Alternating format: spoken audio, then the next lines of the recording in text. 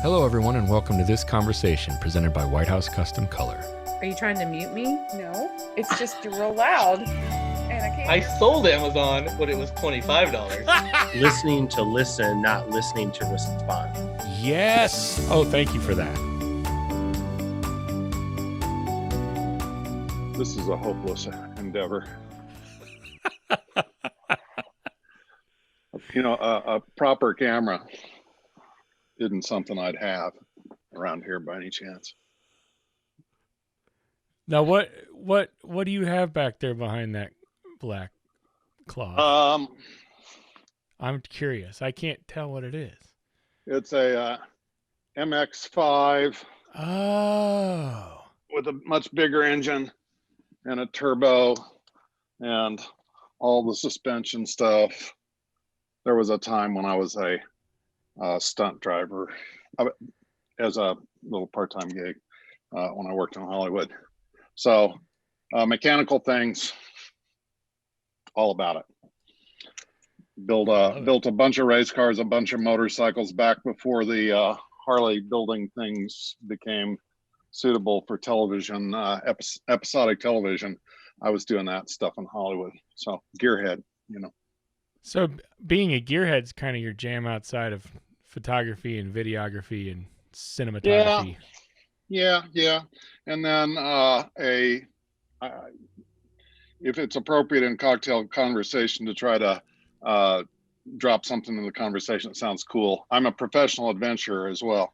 I write for the Overland Journal, which is the magazine for mechanized travel, and I do overland vehicle builds. I write reports from trips in remote places around the world. So does that in my mind that involves you being somewhere exotic with a 4-wheel drive vehicle? Yes. Kind of going off into the sunset, having very little idea of what is around the next corner.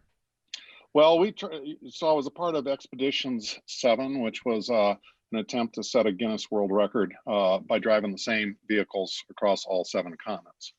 I managed 4 of them. I was in the hospital for a few of them. But we left Prudhoe Bay in Alaska, drove down to Flagstaff, Arizona, turned left, went to New York City, turned left, went to Cape Spears. Then the team went to Iceland. Then I met them in Norway. We drove to the top of the world in Norway, and then we drove to St. Petersburg, Russia. Then I missed the Road of Bones across Russia. And we came back to Sarah Palin's house, basically. In Wasilla. Yeah, Wasilla, exactly. Yeah, exactly. I've been there.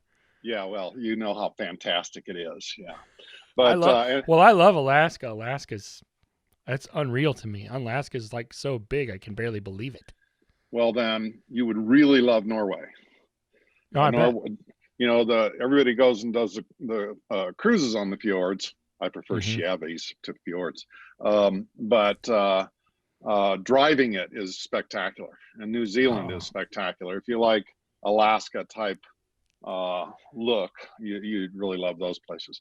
And then we did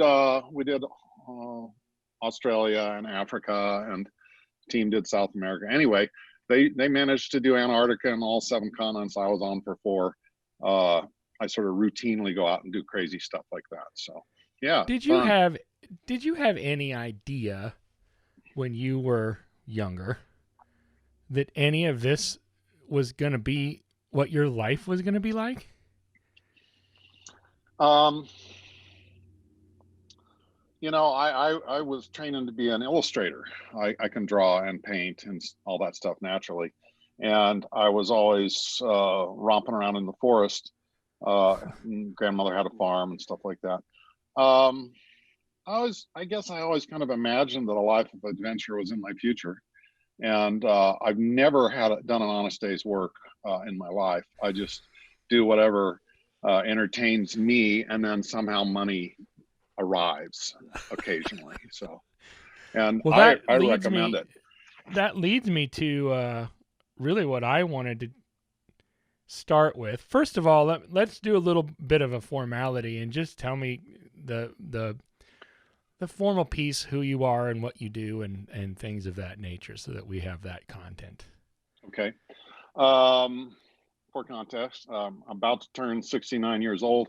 I've been a pro basically since I was 19. I started making money with a camera while I was in my sophomore year of college. I was discovered by Condé Nast. I entered a competition that was put on by Condé Nast, which publishes Vogue, Glamour, all those brands. And had never been on an airplane in my life. First trip was to New York City to become guest art director for Mademoiselle magazine. From there, my second airplane trip was to Paris to shoot runway, and then Rome. And then I had a 4,000 square foot loft on Fifth Avenue in Manhattan when I was 21. So I was a fashion photographer who never wanted anything to do with fashion. And you can see I'm very fashionable. Got into hard news, started shooting for Time Life when they started People magazine as a small format version of Life magazine. And there were actually photo essays and stuff in People back then. Business Week, Money magazine, all the brands that they had. Taught at, didn't like living in New York. I kind of an outdoorsman. So started heading generally west, ended up doing a sabbatical replacement for someone at the Fine Art campus of Indiana and Purdue University's in Indianapolis. Yeah.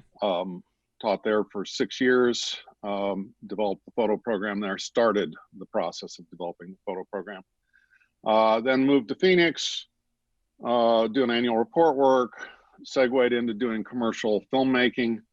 My first commercial filmmaking project went to the Clio Awards, and I was up against the biggest special effect house in the world. They offered me a job as creative director, went to Hollywood, worked there 20 years, I guess. And now I'm semi-retired in Prescott, Arizona, but we pronounce it Prescott. And been a Canon Explorer of Light for 18 years, I think. Writer, director, been in the Directors Guild for since 84, whatever that is. And TV commercials, high risk cinematography, whatever, like I said, I try not to do an honest day's work. Whatever rolls across my bow, I try to take a few shots at, and fun, just having fun, focus on fun. You remind me of Sean, kind of a mix between Sean Penn's character in Walter Mitty with Ben Stiller and the most interesting man in the world. You're kind of like this conglomerate. Like you start saying things that I have no idea what you're gonna say next, but I have this sense that whatever you say is just gonna be amazing and crazy, and something that it makes me wonder.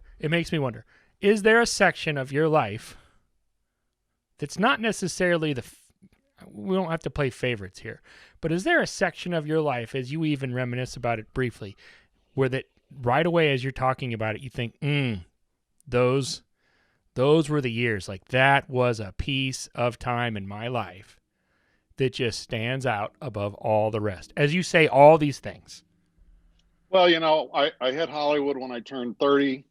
It was around the time of Miami Vice and the original Top Gun. I was I am known for my dramatic lighting, not this, but known for highly stylized stuff. And during the British New Wave that came through with Ridley Scott, Tony Scott, Adrian Lyne, yes, I was swept in on that wave.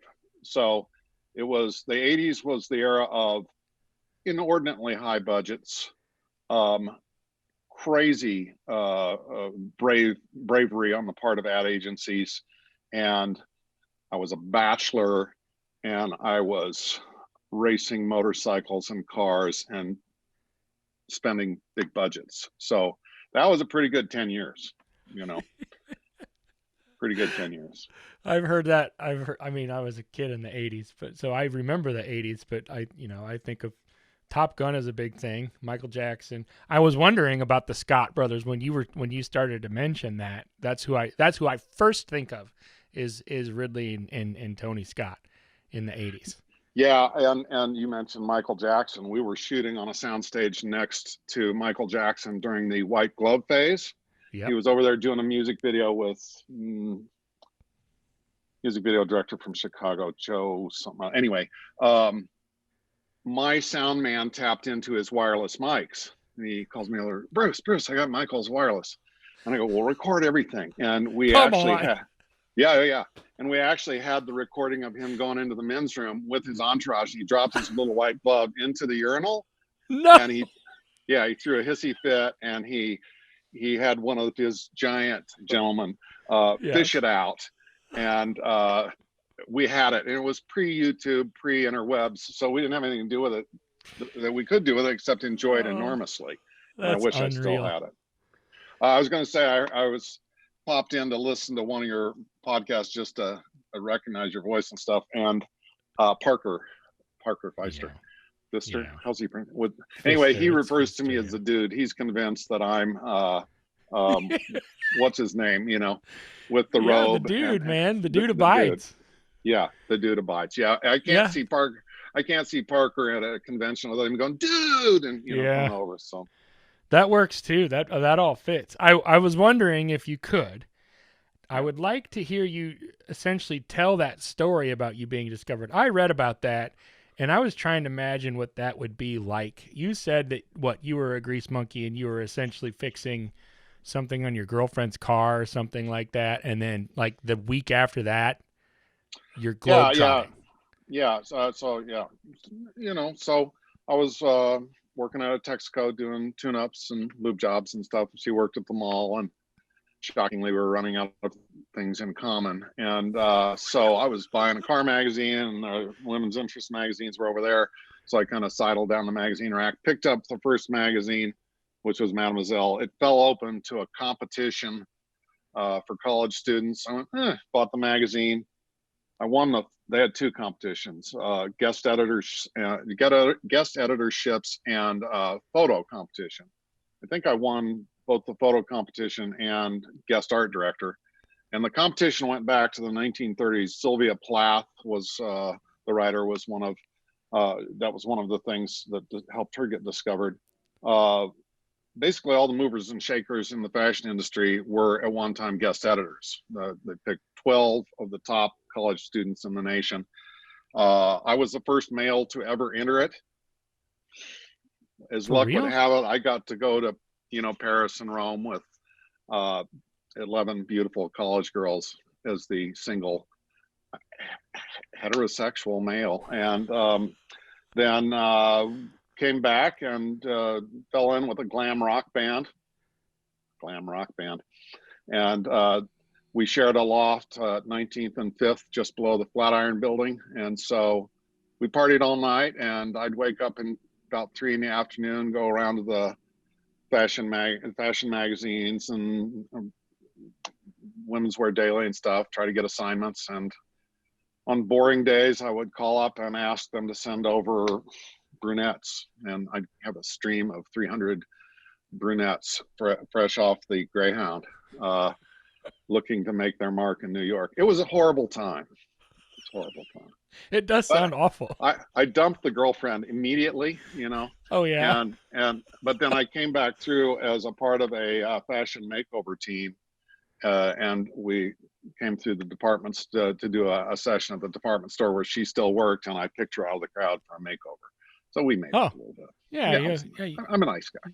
You saved it. Yeah, pulled it off. So, but yeah, I when cornered, I describe myself as the luckiest man in the world, either bad luck or good luck, Either way. And because terrible things happen to me and wonderful things happen to me. There's never any gray area. It's just like you're an extremist either way. Yeah, pretty much. What's a terrible thing that's happened to you? Yeah. It begs the question, what's a terrible thing that has happened to me? Yes. I detached I flipped a race car in New Zealand. I flipped a race car like a whole bunch of times. I lost count, and detached, tore the retina in one of my eyes, continued to race for 6 weeks down there. eventually resulting in a full retina detachment, which I got fixed, but it was in my dominant eye. So I've had to change eye dominance. A couple of years after that, I had full retina detachment in that eye. So I've been totally blind in both eyes, and not from, the traditional, not that Right. I haven't put in an effort, but um, that was a thing. It takes about 2.5 years to recover from a retina surgery, which is, I recommend it. I see you're nearsighted a little bit. I am. And so if you get floaters, don't discount them. If you start seeing heavy activity in floaters in your eyes, Yeah. go see a doctor, because that's vitreous material coming loose and it can lead to a full detachment. Shattered 3 vertebrae in my backs, motorsports, got about that much titanium in my back. Had my appendix removed in an Aboriginal clinic in the outback of Australia. Sure. As one does. As people do. Yeah. Yeah. And had to limp back home while they botched it, and limped back. Of course they did. Yeah, so I was dying of sepsis down there for a while, and then I limped back home, only to arrive at LAX the day after the Boston Marathon bombing. Oh, And come everything on. I had with me looked like a timing device. My wife had bought me a one-way ticket 6 hours before the flight. Nothing suspicious in any of that, So I got the full, how do we say this, butthole room treatment at LAX, while trying to get home just to die. And then I was in the hospital up here for several weeks with sepsis. So it's either really good or really bad. And there's an anvil just out of frame. There's one of those Acme anvils just above my head. Yeah. And a grand piano. Yeah, but you are living life, man. I don't know if I've talked to very many people like you before. I can't think of anybody. You kind of also remind me of Forrest Gump. Yeah. Well, remember Zelig? There's a movie, probably that's a long reference. Woody Allen did a movie, Zelig, where he's a guy that shows up next to, I was next to the guy that won the Pulitzer Prize for photojournalism in '76. We both got the same shot, but his got picked up and mine didn't. There's a million things where I was just this close to something spectacularly good or spectacularly bad. So right. I kind of identify with the Zelig character, but Forrest Gump is good too. Yeah. Either one. You talk about also the piece, because you're a director, right? So you have like tools in your tool belt, really, that a lot of photographers that I talk to don't have. Yeah. You certainly have experience. You certainly have, a storied history of adventures and all of that as well. But like from a skill set standpoint, you're able to do things, and you have done things, and you do things that most photographers will never or do not do. So true. And one of the real, I guess, side benefits, or one of the skill sets related to that, is group creativity.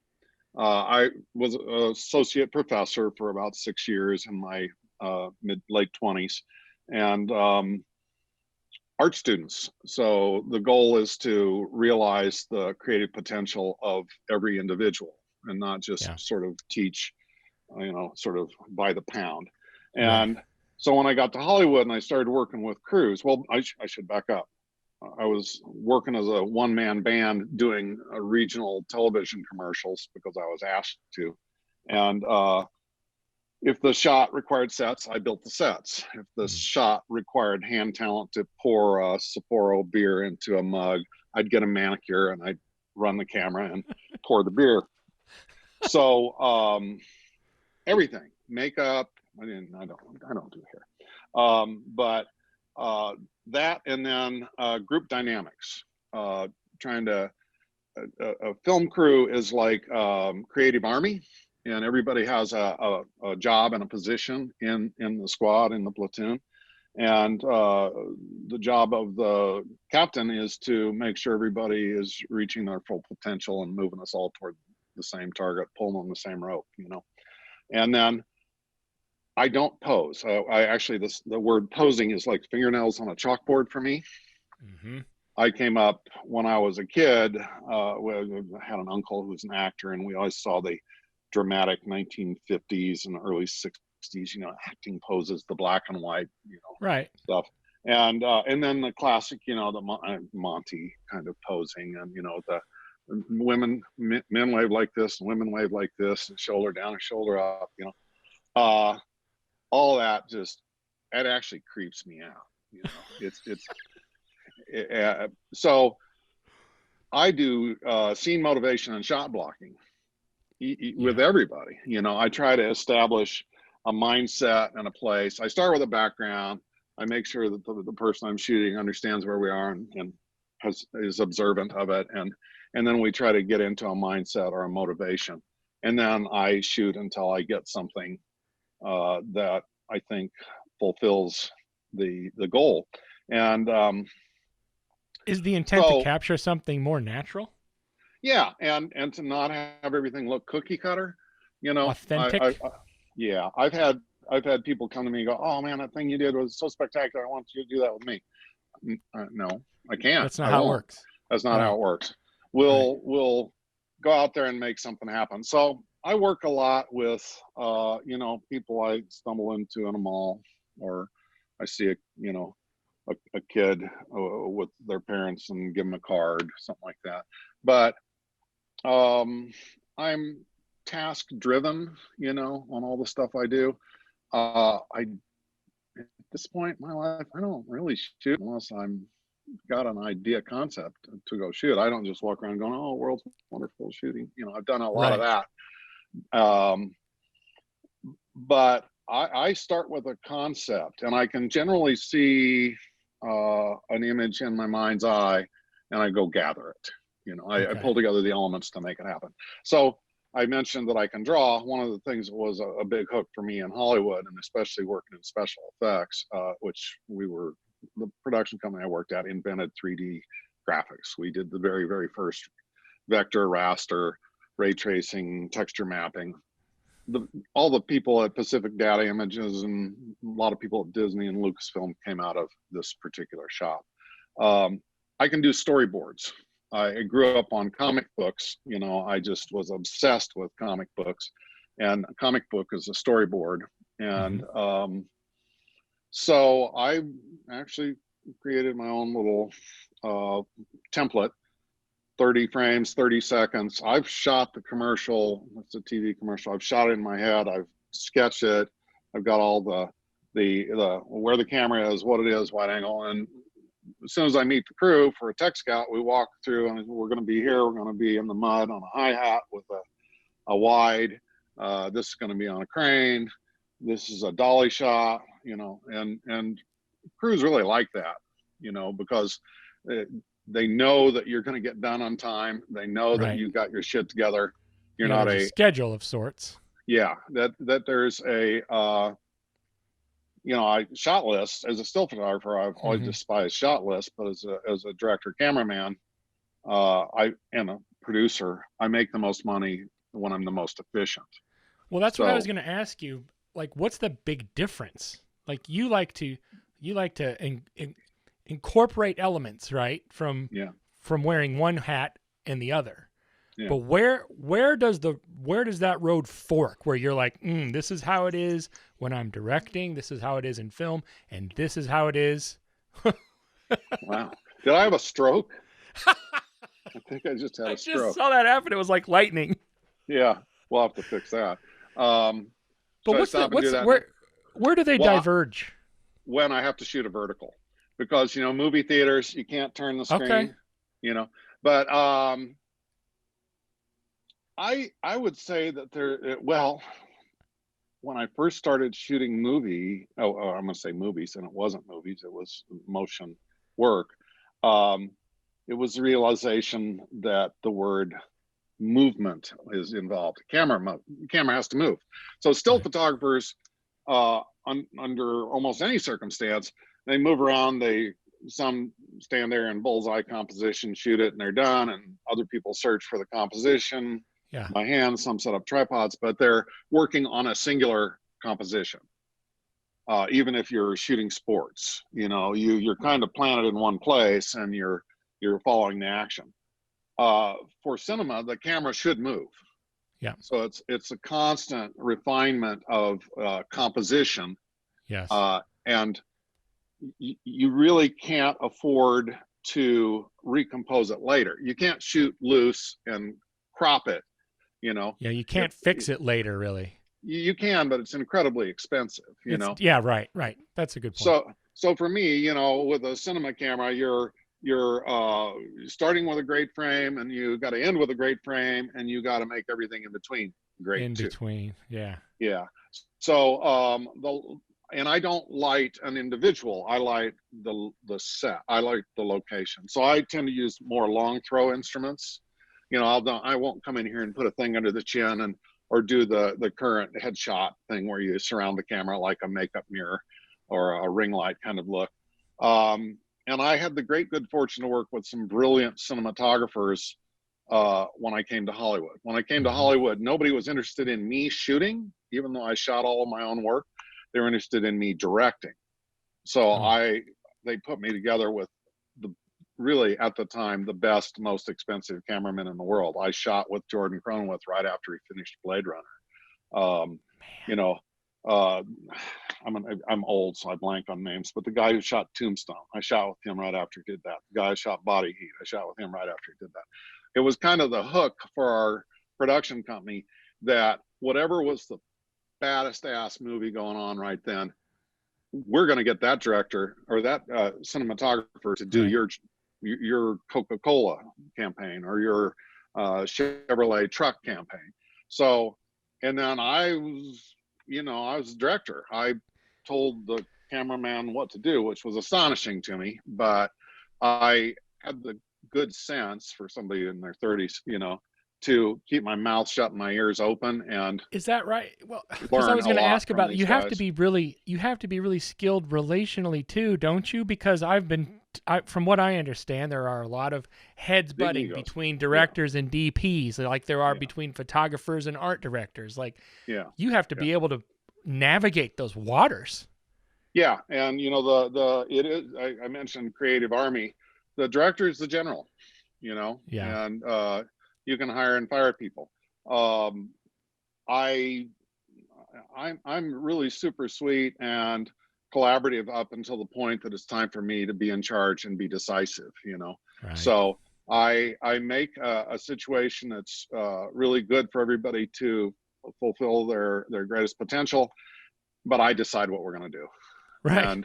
And I'm not afraid of anybody. I've been in the rooms with the CEOs of name a Fortune 500 company. I probably have done their headshot or something, or had tried to get them to speak on camera. That doesn't impress me in the slightest, not in the slightest, so I'm not intimidated by that stuff. You never been starstruck? No. Okay. So I'll tell you, I got a perfect anecdote for that. So sometimes I dream, a lot of times I don't. I had this really vivid dream where I was at Coachella. Me at Coachella, never happened. But I was at Coachella and I was out in the crowd and there was a stage over there in the distance. I visualized it as Woodstock, more my era. But there was a stage in the distance and I was in the middle of people, and a small figure in a hoodie is trying to move through the crowd kind of urgently and toward the stage. And so I just decided to be a guy and break through the crowd. So I get in front of this little person and I lead him up the stage, and it's Rihanna. I realize when we get up there to the roadies and the guards and everything, and they let us through the rope and we go back up, and she takes my hand, pulls me up on stage, and she goes, "Thanks so much, man. I thought I'd never make it in time." She goes, "You want to get a couple of selfies here?" I said, "Yeah," and I take out my camera and I shove her out of the frame and I shoot myself. And I shoot myself with the Coachella crowd in the background because no, I'm not starstruck at all. There's so many I great things about that story. actually woke up laughing. I was going, what the hell, Bruce? You know, but I had in my mind, I kept thinking, who's he gonna say? Who's it gonna be? And I was going like 60s, 70s, all through, and it was and so we were great. shining like diamonds. We were shining like diamonds. That is so great. You know what? Okay, this is the one thing that I wanted to ask you that just occurred to me. You mentioned a bucket list, and you've lived this incredible life. What hasn't happened that you want to happen?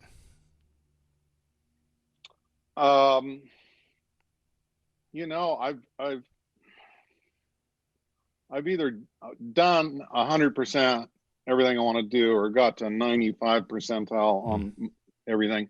At this point, I really don't have a bucket list. I mean, I'm trying to get my studio cleaned up here under COVID, but I would love to go back to sort of my fine art photography roots from college and do more figure photography in natural environments, like you know, Weston and the whole F-64 crowd did. I had the good fortune of being in Namibia in the dunes, and you know, there's the Dead Flay place down there, the Victorian town that was overwhelmed by the dunes and revealed. I'd love to get some figure models and go to really iconic backcountry locations, kind of tie in the things that I know about adventure travel with the things I know about fine art photography, and kind of just work on, you know, a final great portfolio of that kind of stuff. But and then mentoring, I'm really into mentoring. I was working with a little Hopi gal who, when I started working with her, she was 11. We ended up with an article in Outdoor Photographer magazine. She wants to be is a landscape photographer. She was starting on her iPhone and listened to all the feedback I was giving her through her dad, who's a friend. Yeah. And then last year we did a couple of concept shoots with a little 15-year-old concept model from Texas. I like working with kids. I like working on concepts. If you visit my Instagram, you may have seen some of my bad apple imagery that I was working on. That kind of. So I had heard that Margot Robbie optioned Tank Girl, which was a graphic novel from the 80s and a really bad movie from 1995. Right. So I guess spinning off from Harley Quinn, she wants to do Tank Girl, and I would love to be the unit photographer on that. I don't want to be the cinematographer; it's too much work. I would love to do the movie posters. So that was kind of me doing something to send to her production company. Doug Kirkland, fantastic guy, Canada Explorer of Life, more Time magazine covers, more of everything. He shot movie posters for Out of Africa. If you weren't shot by Doug Kirkland, you really didn't make it. I mean, he shot the Beatles, he shot everybody. And one of the things that he's done throughout his career, he's in his 80s now and kind of done. He was my picture editor at People when I was shooting there in 73. I would like to you know, take the baton from him and be kind of the guy that you go to for great conceptual movie posters and things like that. I'd get out of bed for that. But the rest of it, it's more about, you know, turbos and spark plugs. I love that. Now you mentioned mentorships and mentoring. You do workshops. Yep. You teach. Yep. What does that look like from a workshop standpoint, teach standpoint? What sort of options are there for people if they want to learn from you? The bear rarely emerges from his cave these days, but I'm going to be doing the first post-sequestering live workshop coming up here pretty soon. Tempe Camera in Tempe, Arizona, teaming up with Canon. And we're going to do Vintage Warbirds on June 7th, Sunday, June 7th, 2 90-minute sessions. And I've got a built from plans RAF Spitfire that's just gorgeous. Plywood construction, just like the real thing. V12 Allison motor rather than Rolls-Royce, a replica P-51 Mustang. Going to have 2 Warbirds, going to have 3 models, and I'm going to do what I do. I'm going to create some concepts. I'm going to, people that are there are going to get to shoot. I'm going to go through the process of establishing shots, figuring out camera positions, the way I would do it. I'll bang off a few frames. I'll come away from it with what I want to do, but I'm basically going to go, you know, if you're on a 600 millimeter here, this would look like this, and it's going to, and you know, we're going to do a lot of socially distancing super telephoto work, that's for sure. But I'm bringing in a African-American gentleman who's going to be my Tuskegee Airman. Yeah. I don't know if you're familiar with the African-American fighter squadron from World War II, the Tuskegee Airmen. They flew the Red Tails. We have a Mustang. Since it's not painted with the proper livery, I'll problem solve that by probably doing it in silhouette and then putting the gentleman in the foreground and light him up dramatically. And where I might use strobes, because stills really respond well to strobes, I'm going to use cinematic theatrical lights. I'm going to light it. So anybody there with their camera on P for professional will actually get shots that look a heck of a lot like mine, minus my compositional skills, you know, but I'd love to, give me your camera. See this negative space, try this, try that, you know. So I'm very, very sort of cause and effect oriented when I teach. You try this, try that. And then I stand back and let them discover their own thing. I mean, I want everybody to find their own voice. Who needs, you know, cookie cutter replicas of the best headshot in the world, headshot shooter in the world right this minute, or, you know, whatever. So 2 90-minute sessions. The other 2 models, I'm going to have an RAF, a beautiful girl who will be based upon an RAF shuttle pilot. They had a group called ATA, and they were women who flew the fighter planes to the front lines to give them to the guys that, traditionally, the guys were only fighter pilots then. So I'm going to wardrobe a gal for that and do a vintage look to it. And then I'm bringing back in my tank girl. She has dyed her hair red now. So the concept that I'm playing off of is that Bad Apple, my blonde zombie fighting tank girl is has a clone or a twin sister who has commandeered a fighter plane, and she's just as crazy. And so I'm going to have a full-on cosplay concept and then 2 historical concepts. So do people go to brucedorn.com to check all this out, or to register? Or, I mean, we can get this out there soon enough. I'll have to give you the good contact information. It's really going through Tempe Camera and signing. I think we're what are we, about a week and a half out, and half full last time I checked. Just opened it up a couple days ago. So through Tempe Camera, no doubt. BruceDorn.com. I'm the world's worst self-promoter. I haven't paid attention to my website in a while. My job is not to get social media followers for me. It's for my clients. I see. I put my energy behind getting zillions of followers for my sponsors. Yeah. But and then if you want to see what's going on with me, it's at dorn.bruce on Instagram. I tried to get Bruce.Dorn, but somebody had it. And it turned out I had it. I forgot I got it right after Instagram came into existence, and I totally was pissed off somebody else had it. And it was you? Yeah, and I hadn't put anything on it. But now I have some things on it. But really, it's the other one. Dorn.Bruce. Okay. Okay. Oh, man. Okay. Well, I really appreciate your time. This was really, really great. That wasn't it, was it? I thought that was a rehearsal. That was it, man. We started at the beginning, and I rolled from minute 1, my friend. I spoke colorfully. It's all right. There are things that we can do, and I can talk to you about this sometime. Maybe we can do some things in post-production to fix that. I've had hilariously entertaining times adding bleeps to people but that don't. where they hadn't said anything. But That's the best. it is the best. It's truly the best. We could do that a couple times here, maybe, and Yeah, kinda- because you are gonna, if you publish this the way we just recorded it. Right. And now Oh, I gotta seriously. see something. I gotta go And see then- about this aneurysm.